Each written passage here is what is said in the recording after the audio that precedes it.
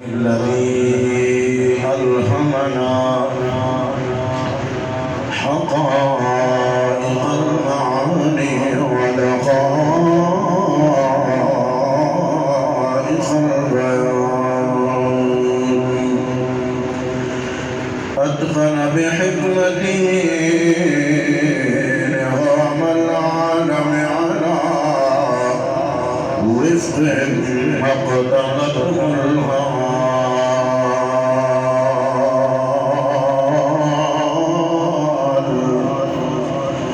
وأورد برأفته فرق الأنعام في طرق الإنعام والإفضال،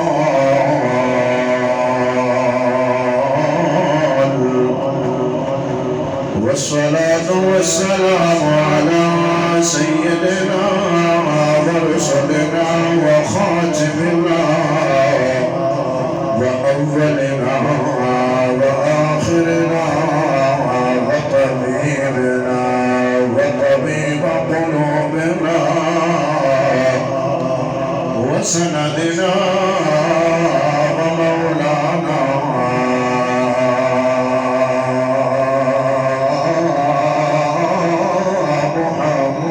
محمد وعلى آله وأصحابه الكرام.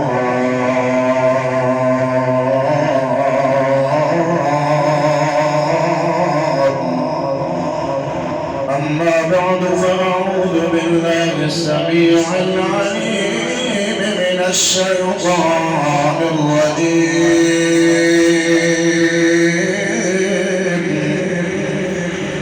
بسم الله الرحمن الرحيم.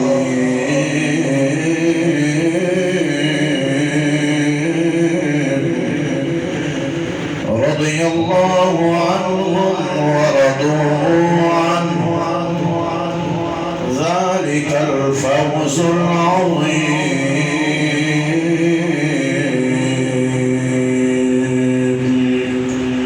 آمنت بالله صدق الله مولانا العظيم.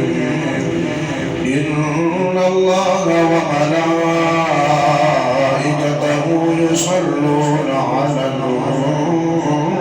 النبي يا أيها الذين آمنوا صلوا عليه وسلموا تسليما.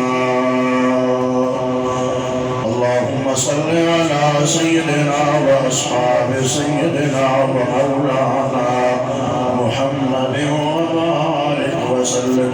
سلام حضور کی بارگاہ میں محبت کے ساتھ الصلاۃ والسلام علیک یا سیدی یا رسول اللہ وعلی آلک واصحابک یا سیدی یا حبیب اللہ. الصلاۃ والسلام علیک یا سیدی یا رحمت للعالمین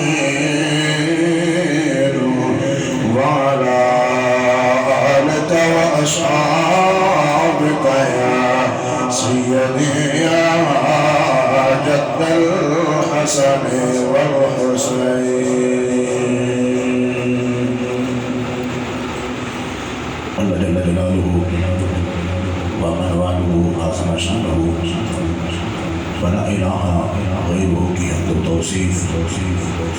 درود و سلام کا نذرانہ حضور ختم مرتبہ آقا نامدار مدنی تاجدار تاجدار ادب و اجد محسن رسانیت جان کائنات مقصود کائنات مطلوب کائنات جناب احمد مجتبیٰ حضرت محمد مصطفیٰ صلی اللہ علیہ وسلم کی بارگاہ نازلی میں عقیدتوں اور محبتوں کا خراج پیش کرنے کے بعد انتہائی واجب القدر واجب الاحترام میرے بزرگوں، دوستوں، حاضرین و سامعین و ناظرین، السلام علیکم ورحمۃ اللہ تعالیٰ وبرکاتہ.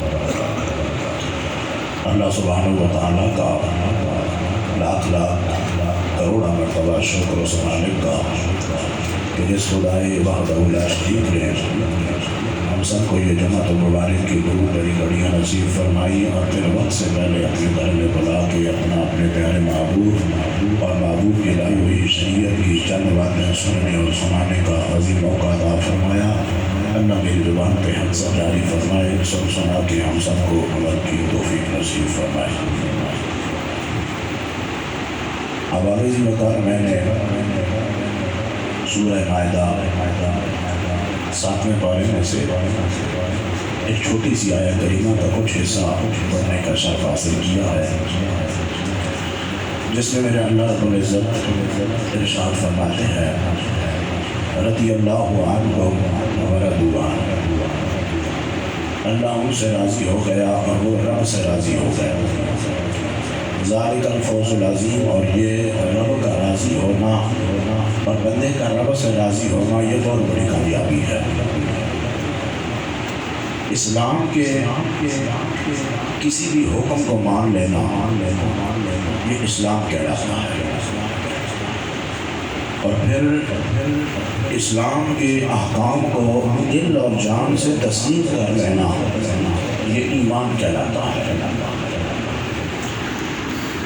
محبوب کریم علیہ السلام کی ہر بات حضور کی لائی ہوئی پوری شریعت کو کامل طریقے سے اس میں قربان ہو جانا اور اس کو اپنے ذہن اور دل و جان میں سمو لینا، عام اصطلاح میں اس کا نام ایمان کہا جاتا ہے۔ اب ابھی وقت آدمی جب اللہ کی رضا پہ راضی ہو جاتا ہے نا، کوئی بھی بندہ راضی پھر رضا، رب کی رضا پہ راضی ہو جاتا ہے تو بندے کی زندگی میں سکون آنا شروع ہو جاتا ہے۔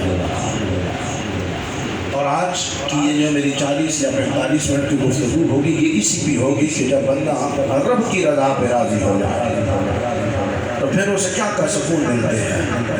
اور ایک بندے کا ہے رب سے راضی ہونا اور ایک ہے بندے کا رب سے راضی ہونا، ان دونوں میں کمال درجہ کون رکھتا ہے؟ رب بندے سے راضی ہو جائے یا بندہ رب سے راضی ہو جائے، کمال درجہ کیا ہوتا ہے؟ توجہ کے ساتھ گفتگو کو سنیے گا۔ میں نے بڑی محنت کر کے مشقت کر کے اور بڑا ٹائم لگا کے پورا ہفتہ میں نے تیاری کی ہے، اور صرف اور صرف اس موضوع کو جوڑنے میں کہ یہ موضوع میں کس طرح جوڑوں گا، کہاں سے کہاں چیز لی، میں نے بڑی کوشش کی۔ آپ کے سامنے مسجد میں کھڑے ہو کے کہہ رہا ہوں، پھر میں اس نتیجے پہ پہنچا ہوں کہ ایک ہے بندے کا رب سے راضی ہونا اور ایک ہے رب کا بندے سے راضی ہونا، کمال درجہ کیا ہوتا ہے۔ اس سلسلے میں سب سے پہلی حدیث مبارکہ میں بخاری شریف کی پڑھنے لگا ہوں۔ میرے نبی کے ایک صحابی ہیں حضرت زبیر رضی اللہ تعالیٰ عنہ، یہ رشتے میں میرے نبی کے پھپھی ذات بھائی لگتے ہیں، پھپھی کے بیٹے تھے حضور کی۔ حضرت زبیر کھیتی باڑی کا کام کرتے تھے، حدیث کو بڑی توجہ کے ساتھ سنیے گا، کھیتی باڑی کا کام کرتے تھے۔ ان کی زمین کے ساتھ ایک اور صحابی کی زمین تھی، پہلے ان کی زمین تھی، آگے ایک اور صحابی کی زمین تھی۔ چشمے کا پانی آتا تھا، پتھر سے پانی آتا تھا، اور پہلے حضرت زبیر کی زمین کو سیراب کرتا، چشمے سے پانی آتا، پتھر سے پانی آتا، پہلے حضرت زبیر کی زمین کو سیراب کرتا اور پھر وہاں سے پانی ہو کے اگلے صحابی کے زمین میں پہنچ جاتا۔ وہ جو انصاری صحابی تھے نا، انہیں اختلاف ہو گیا، ان کی خواہش یہ بنی کہ پہلے پانی میری زمین میں آئے، بعد میں حضرت زبیر کی زمین میں پہنچے۔ حضرت زبیر نے کہا چونکہ زمین پہلے میری ہے تو پانی پہلے میری زمین کو لگے گا، لیکن انہوں نے اختلاف کر دیا کہ نہیں، پانی پہلے میری زمین میں پہنچے بعد میں آپ کو ملے۔ مسئلہ جب بڑا نا، اختلاف جب بڑا تو یہ مسئلہ پہنچ گیا میرے نبی کی بارگاہ میں، مسئلہ گیا میرے حضور کی بارگاہ میں۔ محبوب کریم علیہ السلام سے عرض کیا گیا، یا نبی اللہ مسئلہ یہ ہے، پانی آتا ہے چشمے سے یا پتھر سے یا جس چیز سے بھی۔ حضرت زبیر نے کہا، یا نبی اللہ پہلے زمین آتی ہے میری، بعد میں جب بات کی ہے صحابی کی، پانی پہلے میری کہ پہلے میری زمین میں پانی پہنچے، بعد میں میری میں پہنچے۔ حضور کریم علیہ السلام نے فوراً فرما دیا کہ پہلے جس کی زمین آتی ہے پانی اسی کی کھیت کو لگایا جائے گا۔ حضور نے فیصلہ فرما دیا۔ جب اللہ کے محبوب علیہ السلام کا فیصلہ ہو گیا تو وہ جو انصاری صحابی تھے نا، ان کے دل میں تردد پیدا ہوا، شک پیدا ہوا۔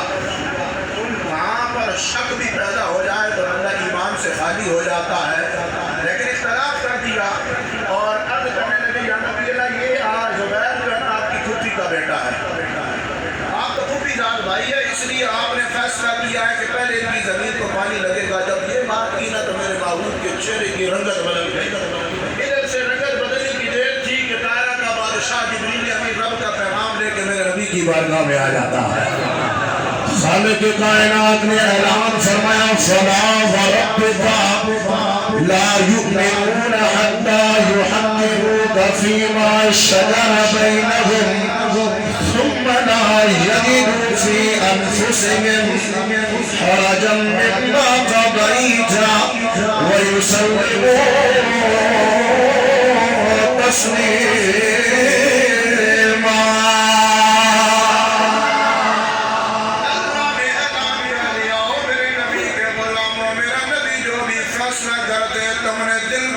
میرے نبی کے فیصلے کو ماننا ہے، میرا یار جو بھی فیصلہ کر دے تسلی کے ساتھ میرے نبی کے فیصلے کو ماننا ہے، میرا یار جو بھی فیصلہ کر دے میرے نبی کے فیصلے کو دل کے ساتھ تسلیم کر لینا ہے، دل میں تردد بھی نہیں ڈالنا، دل میں شک بھی نہیں کرنا۔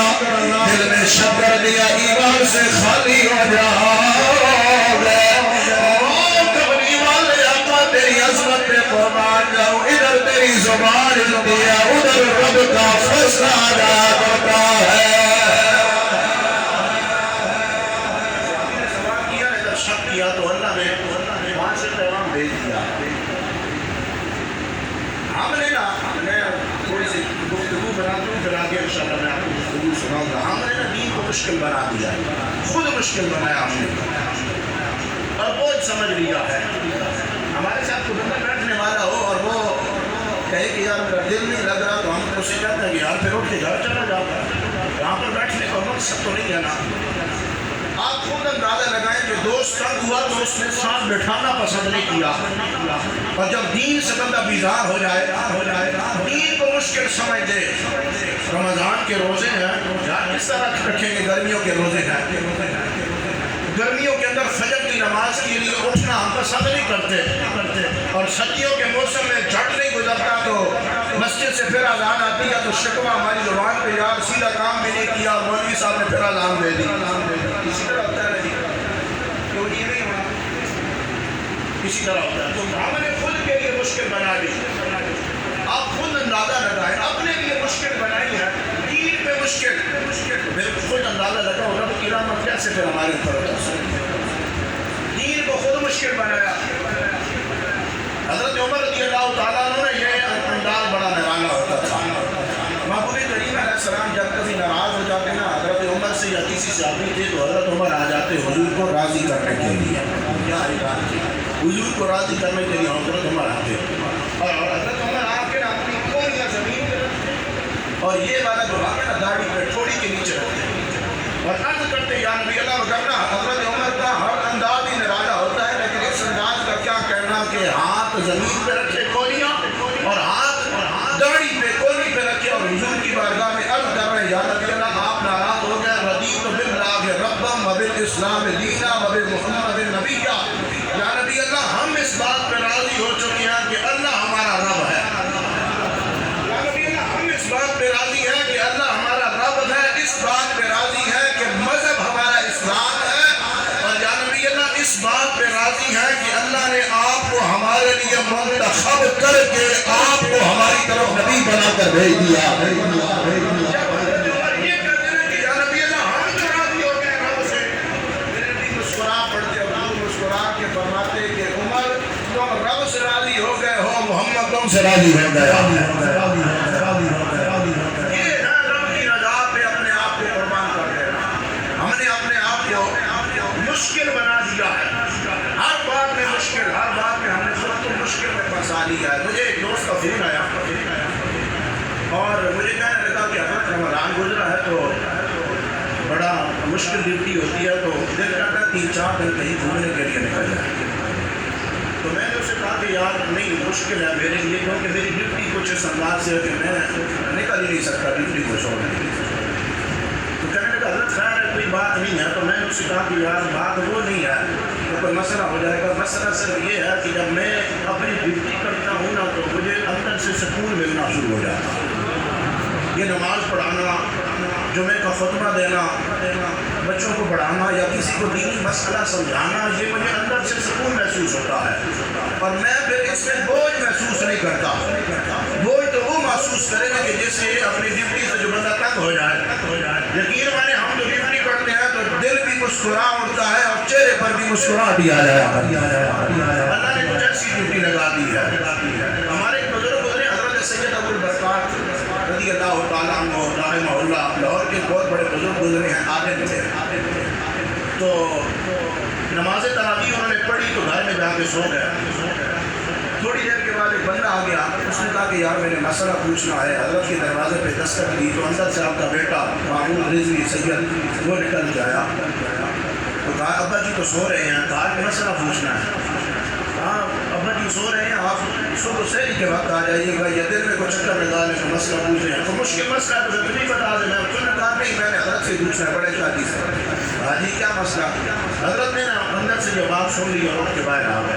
حاجی بیٹا کیا مسئلہ ہے؟ کہا مسئلہ یہ ہے کہ میں نے عشاء کی نماز جماعت سے نہیں پڑھی، تو کیا وتر میں جماعت سے پڑھ سکتا ہوں؟ تو نہیں. تو حضرت نے فرمایا مسئلہ تو یہ ہے کہ جس نے عشاء کی نماز جماعت سے نہیں پڑھی وہ وتر بھی نہ پڑھے، لیکن اگر تو وتر جماعت سے پڑھ لیتا، رمضان کے مہینے کی بات کر رہا ہوں تو ٹھیک ہے، اس میں کوئی حرج نہیں، ادا ہو جاتی ہے. حضرت نے مسئلہ بتایا، وہ بندہ چلا گیا. حضرت اندر تشریف لے کے چلے گئے.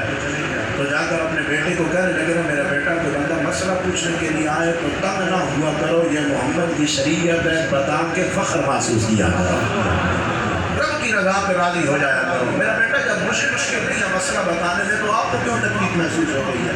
تو بندے کو رب کی رضا پہ راضی رہ جانا چاہیے. میرے نبی کے ایک صحابی ہیں، محبوب کریم علیہ السلام نے فرمایا یہ میرا صحابی، توجہ کے ساتھ حدیث کو سنیے گا. حضور نے فرمایا یہ میرا صحابی جس دن فوت ہونا تو مجھے لازمی بتانا ہے، اس کا جنازہ پڑھانے کے لیے میں خود تشریف لے کے جاؤں گا. آپ ذرا لطف محسوس کریں. حضور نے فرمایا یہ فوت ہو تو مجھے بتانا، جنازہ پڑھانے کے لیے خود میں جاؤں گا. اور وہ صحابی آگے سے کیا جذبات رکھتے ہیں، وہ کہنے لگے کہ میں مر جاؤں نا، گھر والوں کو کہا تو حضور کو نہیں بتانا کیونکہ میرا انتقال ہوگا رات کو اور جنازہ پڑھانے کے لیے امام الانبیاء جب آئیں گے تو درمیان سے یہودیوں کی بستی بھی آتی ہے، درمیان سے گزر کے آئیں گے تو میرے نبی کو بڑی تکلیف ہوگی اور ہو سکتا ہے یہودی میرے نبی کو تکلیف دینا شروع کر دیں، لہٰذا نبی علیہ السلام کو تکلیف نہیں دینی. اب دیکھیں ایک طرف سے صحابی کی کیا رضا ہے اور ایک طرف سے میرے نبی کی کیا رضا ہے. نبی علیہ السلام جنازہ پڑھانا چاہتے ہیں اور وہ چاہتے ہیں کہ جنازہ پڑھانے کے لیے اس لیے نہ آئے کہ حضور کو تکلیف ہو سکتی ہے. تو صحابہ رب کی رضا پہ راضی ہو جایا کرتے تھے. اس لیے سورہ مائدہ میں میرے مالک نے واضح اعلان کر دیا، اللہ فرماتا ہے رضی اللہ عنہم ورضوا عنہ، او میرے محبوب اپنے امتیوں کو بتا دے کہ رب تیری امت کے ساتھ راضی ہو گیا ہے اور تیری امت رب سے راضی ہو گئی ہے. اللہ اکبر. موسیٰ علیہ السلام اللہ کے پیغمبر کوئی دور میں رب سے ملنے کے لیے جا رہے ہیں تو قوم نے فرمائش کر دی.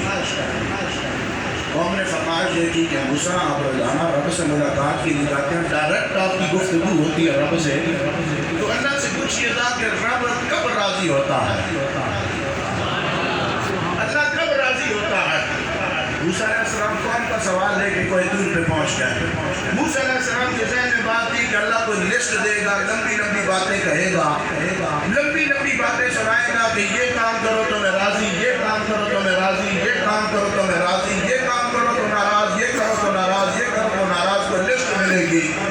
لیکن جب موسیٰ علیہ السلام نے رب کی بارگاہ میں سوال رکھا نا کہ اللہ قوم پوچھ رہی ہے کہ تو کب راضی ہوتا ہے، تو جواب سنیے گا، توجہ کے ساتھ سنیے گا.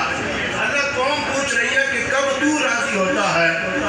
تو میرے مالک نے موسیٰ علیہ السلام سے فرمایا میرا موسیٰ جا اپنی قوم سے کہہ دینا جا اپنی قوم سے کہہ دینا کہ بندہ جب راضی ہو جاتا ہے نا رب سے تو رب بھی راضی ہو جایا کرتا ہے. صرف بندے کے راضی ہونے کی دیر ہے، رب تو راضی ہونے میں دیر لگاتا ہی نہیں ہے. امام غزالی رحمۃ اللہ تعالیٰ علیہ سے کسی نے پوچھا نا کہ اللہ راضی ہو بندے سے یہ کمال ہے یا رب راضی ہو تو یہ کمال ہے. آپ سے پوچھنا بار بار اس لیے ہو کہ مجھے کوئی شکایت ملی ہے کہ کچھ سمجھ نہیں آتی، تو میں نے محسوس کیا کہ یار جب سمجھ نہیں آتی تو میرا 45 منٹ یا 40 منٹ گفتگو کرنے کا مقصد نہیں ہے، پھر زیرو ہو جاتا ہے بندہ. امام غزالی سے کسی نے پوچھا کہ حضرت رب راضی ہو جائے بندے سے یہ کمال ہے یا بندہ رب سے راضی ہو جائے یہ کمال ہے؟ آپ سمجھ آتی ہے سوال؟ جس کو نہیں آئے وہ دس دے. امام غزالی سے کسی نے پوچھا کہ حضرت بندہ رب سے راضی ہو جائے یہ کمال ہے یا اللہ بندے سے راضی ہو جائے یہ کمال ہے؟ تو امام غزالی رحمۃ اللہ تعالیٰ علیہ فرماتے ہیں کہ میں نے اس بندے کو یہ جواب دیا ہے کہ رب تو بڑا مہربان ہے، رب تو بڑا مہربان ہے. بندہ کسی یتیم کے سر پہ ہاتھ رکھے نا تو رب راضی ہو جاتا ہے. بندہ مسجد میں آ کے 2 آنسو بہا دے تو رب پھر بھی راضی ہو جاتا ہے. اور اگر ایک طوائف عورت کتے کو پانی پلا دیتی ہے تو رب تو پھر بھی راضی ہو جاتا ہے. کمال یہ ہے کہ بندہ رب سے راضی ہو جائے یہ بندے کے لیے بڑا کمال ہو جاتا ہے.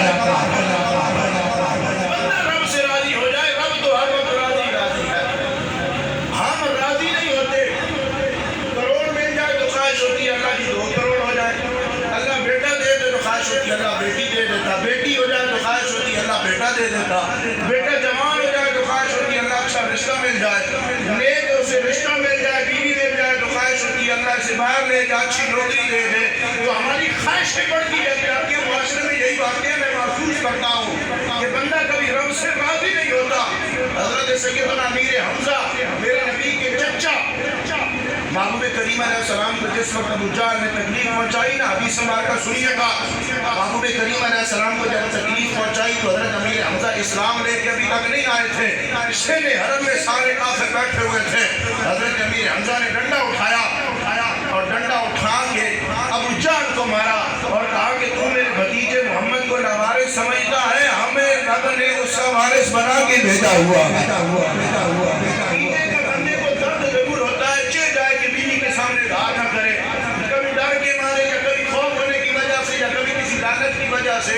بھتیجے بھتیجیوں کا احساس نہ دے الگ بات ہے، اسی طرح ہوتا ہے، لیکن درد ضرور ہوتی ہے. بھتیجے کو تکلیف پہنچے تو چچے کو تکلیف ضرور ہوتی ہے. یہ بات یاد رکھیے گا. حضرت امیر حمزہ نے ڈنڈا مارا نا ابو جہل کے سر پہ اور حضور کی بارگاہ میں چلے گئے اور جا کے عرض کرنے لگے او میرے بھتیجے محمد میں نے تیرا بدلہ ابو جہل سے لے لیا ہے، تو اپنے آپ کو ناوارث مت سمجھ، میرے بیٹے میں نے تیرا بدلہ لے لیا، مجھ سے راضی ہو گیا ہے.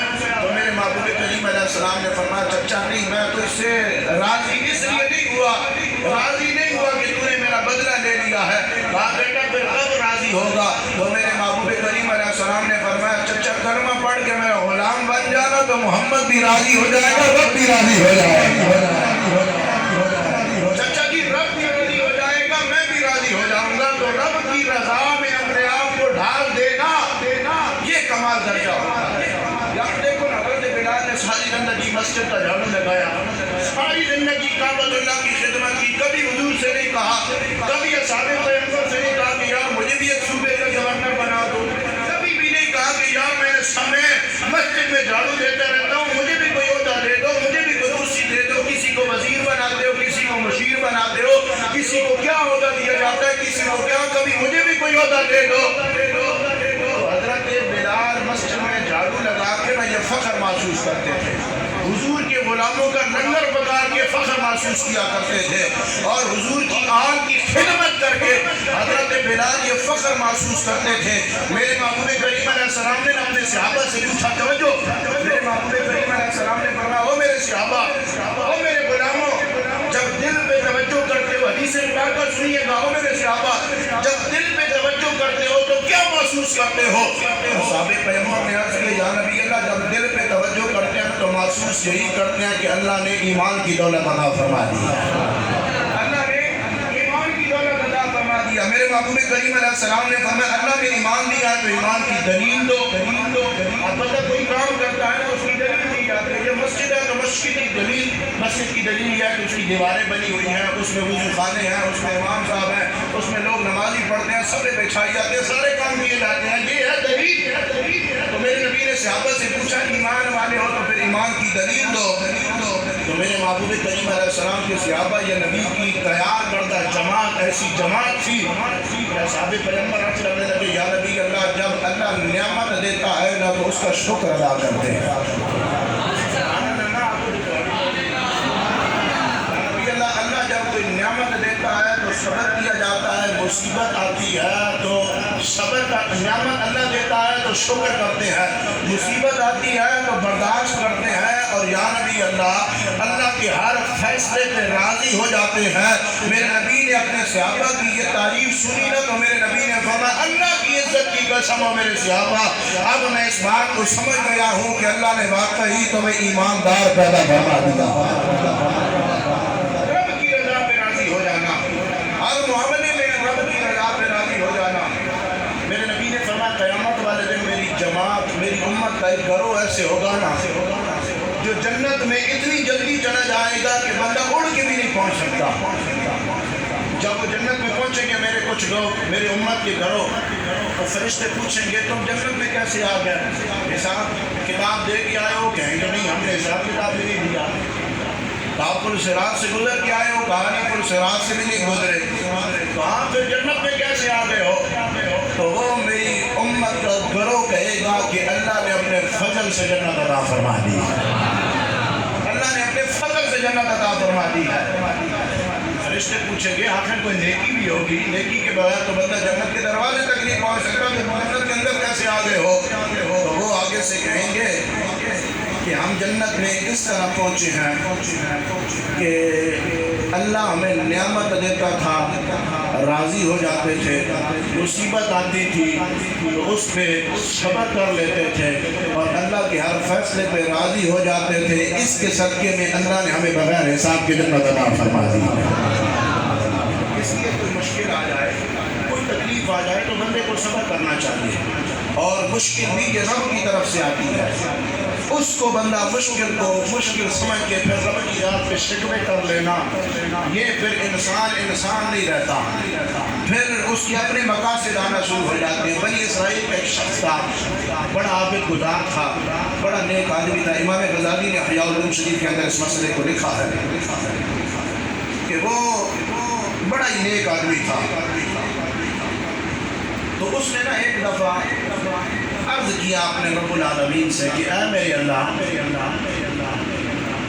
میں جنت میں جب جاؤں گا تو جنت میں میرا پڑوسی کون ہوگا؟ میں اپنے پڑوسی کا دیدار کرنا چاہتا ہوں. اے اللہ میں اپنے پڑوسی کا دیدار کرنا چاہتا ہوں, جنت میں میرا پڑوسی کون ہوگا؟ اللہ اکبر. تو سو گئے, رات کو خواب آئی کہ فلاں بندہ تیرا جنت میں ساتھی ہوگا. صبح اٹھے تو اپنے جنت والے دوست کو ملنے کے لیے نکل پڑے. ڈھونڈتے 3 دنوں کے بعد اس کے گھر پر آخر میں پہنچ گئے, نشانیاں بتاتے فلاں بندہ فلاں, آخر اس کے گھر تک پہنچ گئے. جب اس کے پاس پہنچے نا تو کہنے لگے کہ یار میں آپ کا دوست بننا چاہتا ہوں, کچھ دن آپ کے پاس ٹھہرنا چاہتا ہوں, اجازت مل سکتی ہے؟ انہوں نے کہا جی بسم اللہ رہے, آپ کا اپنا گھر ہے, کوئی مشکل والی بات ہی نہیں ہے. ایک دن بھی رہے تو دیکھا وہ بندہ کوئی لمبی چوڑی نمازیں نہیں پڑھتا, بس جو نماز فرض ہے وہ پڑھ لی, باقی کوئی نفل پڑھ لیے, کوئی لمبی نمازیں بھی نہیں پڑھتے. 2-3 دن گزرے تو وہ بندہ کہنے لگا کہ یار میں تیری مخبری کرنے کے لیے آیا تھا, فخر نہیں کر رہا, مجھ سے زیادہ تو کوئی لمبی نماز بھی نہیں پڑھتا, مجھ سے زیادہ تو روزے بھی نہیں رکھتا, تہجد بھی نہیں پڑھتا, کچھ بھی نہیں کرتا, اور تیرا مقام اتنا اعلیٰ ہے کہ اللہ نے تجھے جنت بھی عطا کر دیا اور جنت میں تجھے میرا پڑوسی بنا دیا. آخر اس کی وجہ کیا ہے؟ آخر کوئی وجہ بھی تو ہونی چاہیے, وجہ بتا اس کی وجہ کیا ہے؟ تو وہ بزرگ فرمانے لگے کہ میں کوئی لمبی چوڑی نمازیں بھی نہیں پڑھتا, روزے بھی نہیں رکھتا, لیکن صرف ایک کام کرتا ہوں, یہ بات سن لیجیے گا اور زندگی میں اس کو اپنے پلے میں باندھ لیں. کہا وہ کیا بات ہے؟ کہا یہ بات ہے کہ جب سخت گرمی ہو نا, سخت گرمی, شدید گرمی ہو, تو میں اللہ سے سردی نہیں مانگتا، اور گرم اور سردیوں کے اندر باہر گلیوں کے اندر اگر برف بھی جمی ہونا تو میں رب سے گرمی نہیں مانگتا، میں اللہ کے ہر فیصلے پہ راضی ہو جاتا ہوں، میں رب کے ہر فیصلے پہ راضی ہو جاتا ہوں۔ تو وہ بزرگ کہنے لگے کہ اس بات کو پھر معمولی مت سمجھ، چھوٹی بات نہیں ہے کہ شدید گرمی ہو تو تو رب سے سردی نہیں مانگتا، اور برف جمی ہو تو رب سے گرمی نہیں مانگتا۔